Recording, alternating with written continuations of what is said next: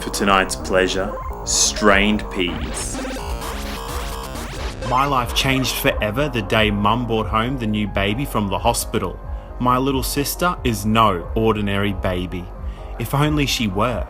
I sat on the front steps with Mrs. Morgan, waiting for Mum and Dad to bring the baby home. Mrs. Morgan had stayed with me and Dad while Mum was in the hospital. I thought about the new baby, Hannah, a little sister. Yuck. I sighed and tapped a stick against the brick steps. "Stop fidgeting, Nicholas," Mrs. Morgan scolded. "Why don't you read your comic until your parents get home?" I opened up my Iron Man comic and picked up where I'd left off. Iron Man has cornered a bad guy disguised as a kindly doctor. "Unmask yourself," says Iron Man. Iron Man rips the mask off the doctor's head, revealing the hideous face of a mad scientist. Iron Man gasps. "The mark of evil," He cries. "Dr. Destro." Iron Man has never seen Dr. Destro before, but he recognizes the bad guy by the birthmark on his face. The mark of evil. I heard a car coming and I glanced up. Dad's dark green Volvo chugged down the street and pulled into our driveway. Mum sat in the passenger seat waving to me and smiling brightly. Mrs. Morgan gave me a little shove. "Go on," she said. "Go and meet your new sister." I thought. I was glad to see Mum though. I dragged myself over to the car. Dad opened up the car door. Mum stepped out carrying a little bundle in her arms. She bent down and said, "Look, Nicholas, isn't she adorable?" I looked at the crumpled red face in my mother's arms. A thin fuzz of dark hair covered her head. She had blue eyes and tiny, wet, red lips. No teeth. She waved a wrinkled fist in the air and stuffed it into her mouth. I didn't think she was so adorable. I thought she was kind of ugly, but then I nearly choked. On Hannah's cheek was a tiny brown heart-shaped birthmark. I pointed to the birthmark and gasped, "The mark of evil, just like Destro." "Cut it out, Nicholas," Dad said sternly. "This is no time for your crazy comic book talk." He turned his back on me to gawk at Hannah. "She's perfect," Dad said, giving Mum's shoulders a squeeze. How could he be so stupid? I picked up my comic book and pointed to the mark on Dr. Destro's face. "Look," I cried, "Hannah has a birthmark, like Dr. Destro's. It's a sign of evil." Mum smiled vaguely at me. "Don't be silly," she said. She carried the baby inside and the rest of us followed her. Soon Grandma and Grandpa came over and Aunt Julie and Uncle Hal. They oohed and ahed every time Hannah burped or hiccuped or cooed. It was disgusting. "Look at that. She blew a bubble. She's a genius. Don't worry, darling. Let me hold her for a few minutes," Grandma begged Mum. But Mum said, "Let Nicholas hold her. He's her big brother after all." "No," I said, backing away. "That's fine." "Oh, come on, Nick. You'll like it." Mum smiled and put Hannah in my arms. She showed me how to hold her. Hannah burped. Everyone laughed. As I held her, I thought, she's sort of cute, I guess. Maybe I got a little bit carried away with the mark of evil stuff. After all, comic books don't come true, and Hannah's just a baby. But like I said, she was no ordinary baby. I swear I saw something glint in her dark blue eyes. That little heart-shaped birthmark on her cheek seemed to darken. Then Hannah opened her mouth wide and threw up all over me. "Ugh," I cried. I was covered with milky white glop. Mum quickly took the baby and Hannah started crying. "Poor little Hannah," Mum said. "Poor little Hannah. I was the one she threw up on, and she did it on purpose. I knew she did." That night, the howling began. A horrible sound woke me up, a loud screeching wail. I sat up in bed, shaking. My eardrums rattled in my ears. What was that noise? I got out of bed to see what was going on. Mum was walking Hannah up and down the hallway, patting and shushing her, but Hannah didn't stop screaming. She sounded like some kind of wild animal in pain. "Mum, what's wrong with her?" I asked. "Nothing," Mum replied. "It's just a normal baby sound. Go back to sleep." I didn't get any sleep. Hannah never stopped crying. That's no normal baby sound, I thought. No one can tell me that terrifying screech is normal. Hannah's wailing continued, night after night. Each night was worse than the last. Wild screams that even the neighbours could hear. Monstrous screams. When Hannah started crying, the neighborhood dogs threw their heads back and howled along with her.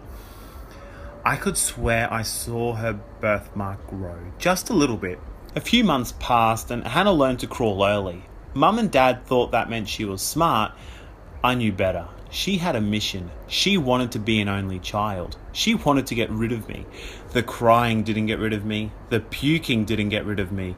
But Hannah had other tricks up her little terry cloth sleeve. One morning before school, I found Hannah in my room chewing on something.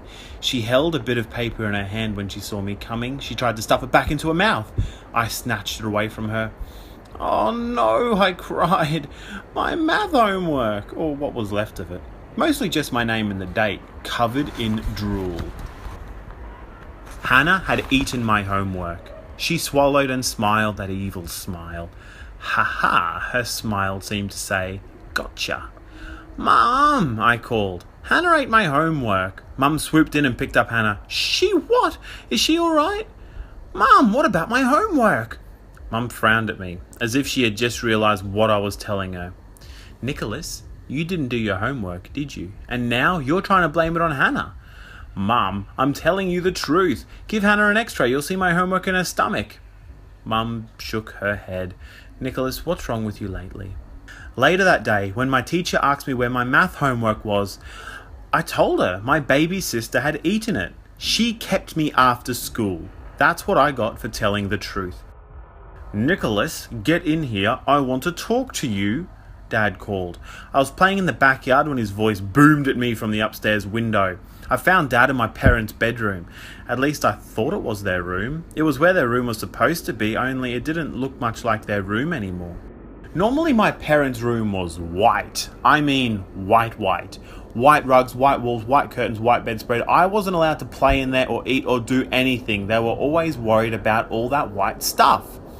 The room wasn't white anymore. It was multicolored. Paint splashed everywhere. "Nicholas," Dad said, "you are in big trouble. Huge trouble." Little jars of paint from my paint set littered the floor. Red, green, blue, yellow, and black paints were splashed all over the white rug, the white curtains, the white bedspread, the white walls, and in the middle of it, splattered with blood-red paint, Hannah sat laughing her evil laugh. "You have 1 minute to give me an explanation for this, Nicholas," Dad said. "Go." "I didn't do it," I said. "Hannah did it." Dad laughed sarcastically. "Ha! Hannah did it? Hannah took your paint set, brought it all the way to our room, opened the jars, and splattered paint all over everything?" "Yes," I said. "Nicholas, go to your room." "But Dad, I didn't do anything wrong." "Oh no? Go to your room and think about it until you can see what you did wrong." "Dad, Hannah did it. She did it on purpose." "Dad, Hannah did it. She did it on purpose to get me in trouble, and you're playing right into her hands." Dad gave me a stony glare. He pointed to my room. I went. There's no fighting Dad's stony glare. She's a monster, I thought. She's really a monster. But she won't get away with this. I'll find a way to convince them somehow. I'm not leaving this family. She is. The next day, when I came home from school, I heard terrible screams from the kitchen. I ran in. Hannah sat in her high chair, screaming with laughter. My mum stood beside her. Mum, Hannah, the floor, the walls, all covered with green slime. Green slime oozed out of the corner of Hannah's mouth. Hannah had spewed green slime everywhere. "She's a monster," I shouted. This is proof." Mum ignored me. "Hannah, you naughty girl," she said. "Strained peas all over the kitchen." Hannah banged her spoon on her high chair tray. More green stuff splattered on the wall. Alright, it wasn't exactly green slime, but it was close enough. Strained peas. They're green and they're slimy. Mum said, "Nicholas, get a sponge and help me clean this up." "Why do I have to clean it? She made the mess." "Nicholas, I'm tired. Just help me out, please." I stared at Hannah's pea-covered face. Something was different. Her eyes were brown. "Mum," I cried, "Hannah's eyes changed colour. I told you she had evil powers." Mum just laughed. "Most babies are born with blue eyes," she explained. "Sometimes their eyes change after a few..." "Mum, that's impossible. People's eyes don't change colour." Yes, they do, Nicholas. Some babies. I grabbed her by the arm and tried to shake some sense into her. Mum, you're losing it. Hannah's been brainwashing you. She's trying to get rid of me. We've got to send her back before it's too late. Nicholas, that's enough. You've been jealous of Hannah from the beginning. It's time for you to get over all of this and start acting more mature. I felt like tearing my hair out. Why wouldn't my parents believe me? How could I get them to see what Hannah was doing? Mum started cleaning the strained peas from Hannah's face. That birthmark seemed to glow like a tiny spark. The worst was still to come. I was sitting in the den watching TV, minding my own business. Then I heard a creeping sound. Creep, creep, creep. The sound of little knees scraping against the rug. Oh no, I thought. Here she comes. I turned around to look.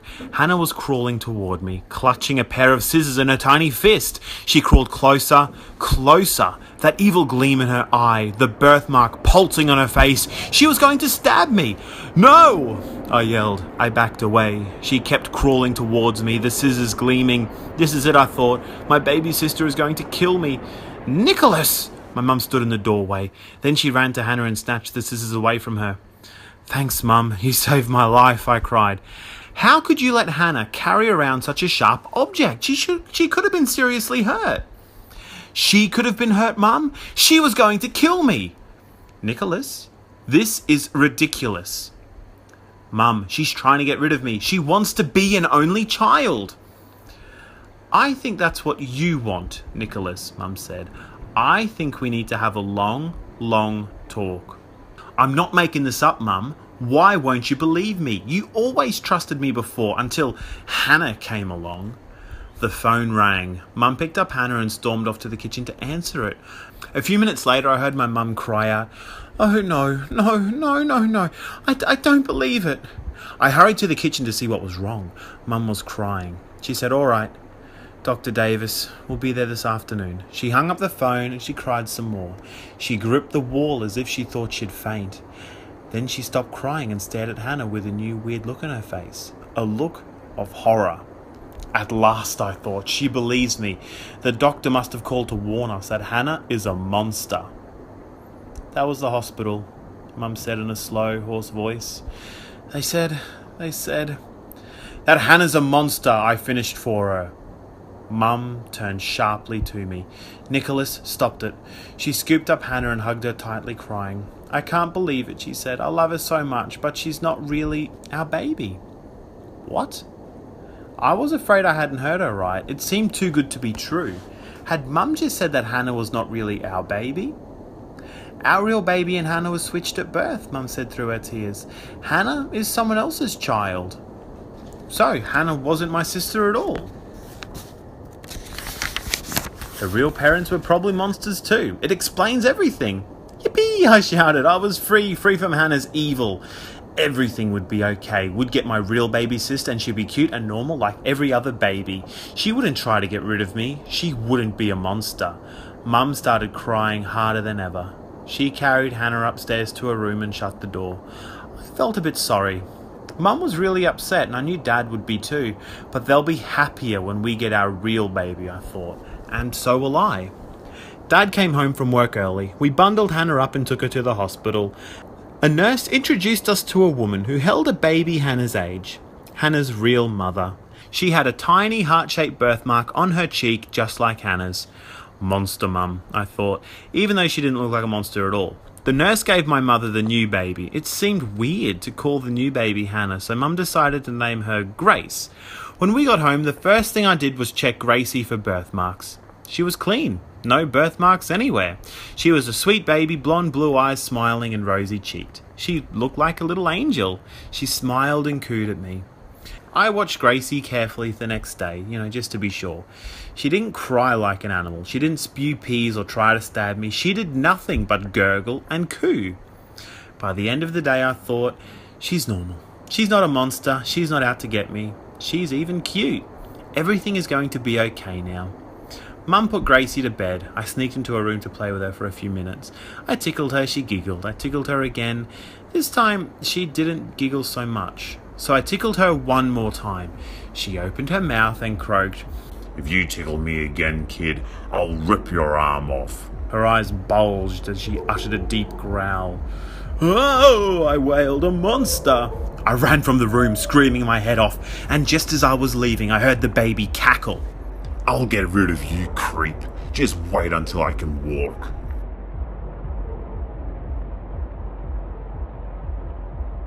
Thank you, traveller, for coming here tonight and entertaining me and letting me be a part of your nightmares.